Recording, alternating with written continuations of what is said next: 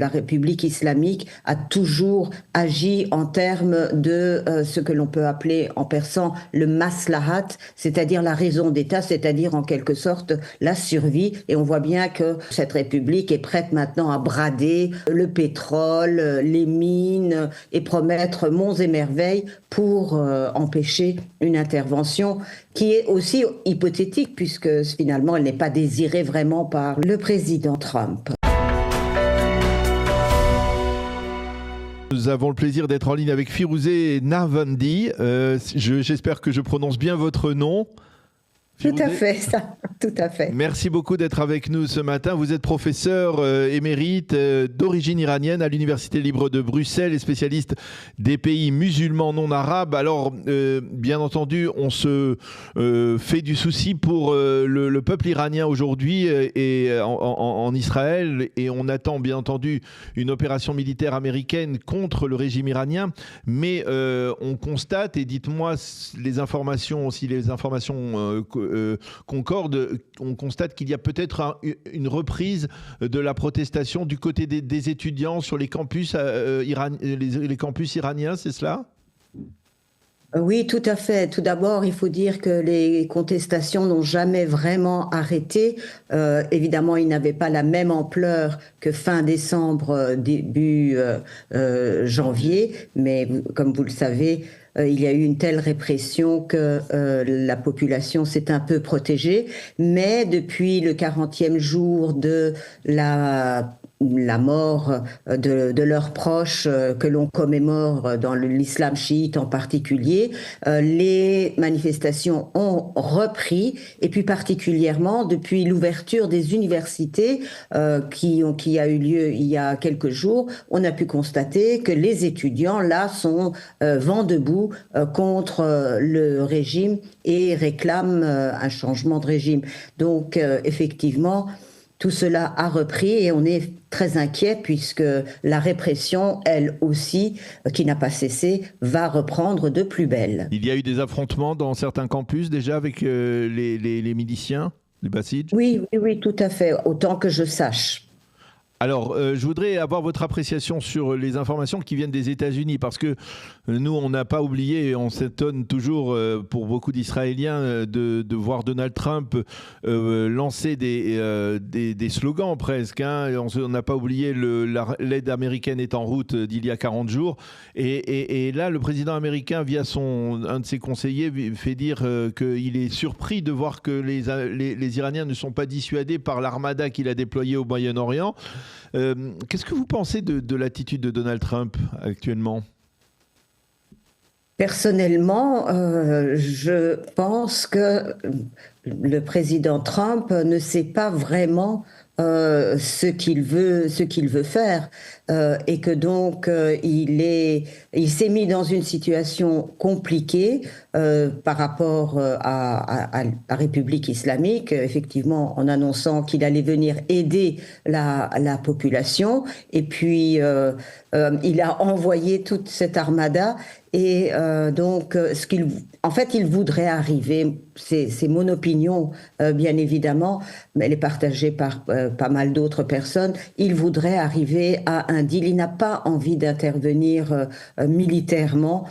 Or, c'est ce que la population attend, la population iranienne attend de l'aide de l'extérieur et donc serait très très déçue si un deal mettait fin à cette situation. Et il faut dire que les autorités iraniennes sont vraiment maintenant en situation de vouloir arrêter les confrontations possibles et c'est un petit peu dans leur façon de faire. La République islamique a toujours agi en termes de ce que l'on peut appeler en persan le maslahat, c'est-à-dire la raison d'État, c'est-à-dire en quelque sorte la survie. Et on voit bien que cette République est prête maintenant à brader le pétrole, les mines et promettre monts et merveilles pour empêcher une intervention qui est aussi hypothétique puisque finalement elle n'est pas désirée vraiment par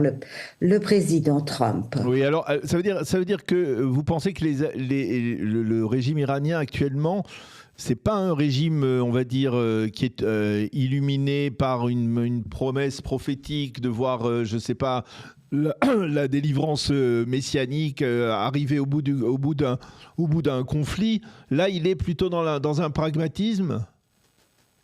Ah oui, tout à fait, parce que le régime iranien voit bien que malgré le fait qu'il montre ses griffes et malgré une certaine puissance militaire, ça n'équivaut absolument pas à la puissance américaine jointe à celle d'Israël et qu'elle risque sa peau. Donc, elle essaye de jouer le tout pour le tout afin de survivre, puisque c'est en fait la seule décision, le seul but de ce régime, c'est actuellement de survivre et on l'a vu, quitte à massacrer sa propre population, mais il sent il risque sa peau. Donc il va faire, et personne ne le dit réellement, en 2015, effectivement, lorsqu'il y a eu la signature des accords sur le nucléaire dont on a tellement parlé, le régime était à bout économiquement et donc d'une certaine manière il a été amené à signer ces accords de 2015 pour essayer de répondre à la pression de la population et aujourd'hui eh bien il est et économiquement à bout, l'économie iranienne ne tient plus à rien. Et en plus, malgré tous ces soutiens, et à l'intérieur militairement, paramilitaire, et à l'extérieur avec les proxys, il sait qu'il est quand même faible. Alors comment, par exemple, l'opposition iranienne considère l'attitude d'Israël, qui, il faut le bien avouer, est liée à celle des États-Unis? On a, on va dire d'une certaine manière, une sorte de communion d'intérêts, communion de destin, même dans le cas précis. Et finalement, Israël est presque lié, les pieds et poings liés par, on va dire, son engagement aux côtés de Donald Trump.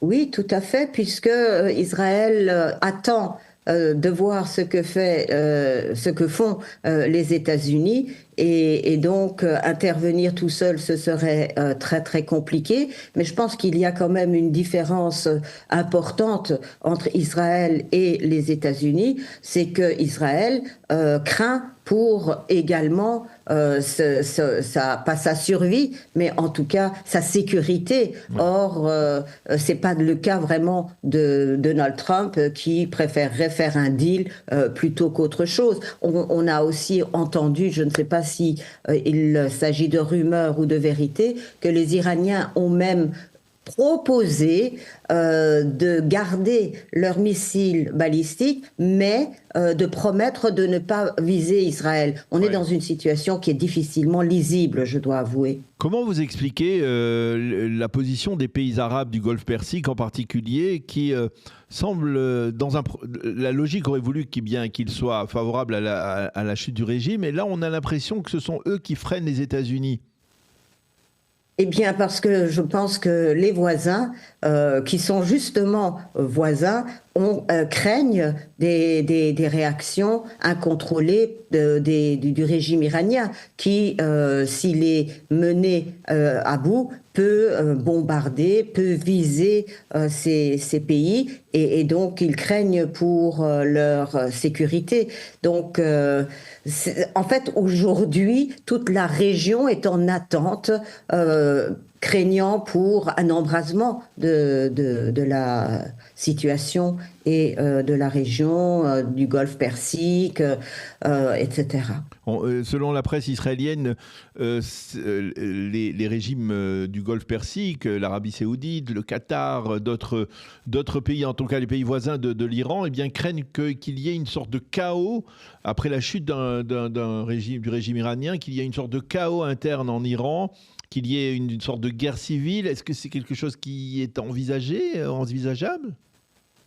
Je pense que beaucoup pensent, quand ils parlent de guerre civile, à des problèmes d'un point de vue régional avec des régions comme le Kurdistan, le Khouzistan, le Baloutchistan qui voudraient faire sécession. C'est une erreur de penser à cela. Il y a peut-être dans certaines régions des groupes qui sont sécessionnistes, mais la majorité veut rester dans un Iran uni et donc une guerre de ce point de vue n'est pas nécessairement plausible. Après, il est vrai que en ce qui concerne la chute et le suivi et la personne ou les personnes qui pourront remplacer la République, les autorités actuelles, on est un petit peu dans un flou, mais on a bien vu que, entre autres, le prince Reza Pahlavi a demandé lui aussi une intervention extérieure parce que à l'heure actuelle et dans les conditions actuelles, un changement de régime ne peut pas se faire réellement sans appui extérieur, quel que soit d'ailleurs cet appui. Donc la guerre civile, elle serait, elle aurait lieu comment? Entre une population qui n'a pas d'armes et un régime qui est armé jusqu'aux dents. C'est compliqué, c'est compliqué. Ce que l'on sait en tout cas, c'est que ce régime ne cédera pas et parce qu'il a trop d'intérêt à perdre et que donc si la population ne cède pas, le régime ne cédera pas non plus. Dernière question, vous restez malgré tout optimiste? Vous avez des sources d'espoir? Écoutez, à court terme, je ne peux pas vous dire, je crains pour la population iranienne surtout. Donc, je suis inquiète plus qu'autre chose, mais avec la délégitimation de ce régime, il est certain qu'à un moment donné, il va tomber. Mais le problème est de savoir à quelle distance temporelle, quand est-ce qu'il va tomber. Je suis inquiète plutôt qu'optimiste ou pessimiste. Bien oui, nous aussi, on peut le dire d'une certaine manière aussi. Ici, on est étonné un peu de voir la tournure que prennent les derniers développements, parce qu'ici, bien entendu aussi, on attend une opération militaire américaine et ses répercussions éventuelles. Mais on est assez étonné de voir que finalement, cela ne vient pas. Et il y a toujours cette forme de solidarité, c'est important de souligner, en Israël envers le peuple iranien et l'opposition iranienne. Merci beaucoup, Férouzé, d'avoir accepté de répondre à nos questions ce matin. Bonne continuation et bonne chance pour la protestation iranienne en Iran et à l'extérieur. Merci beaucoup.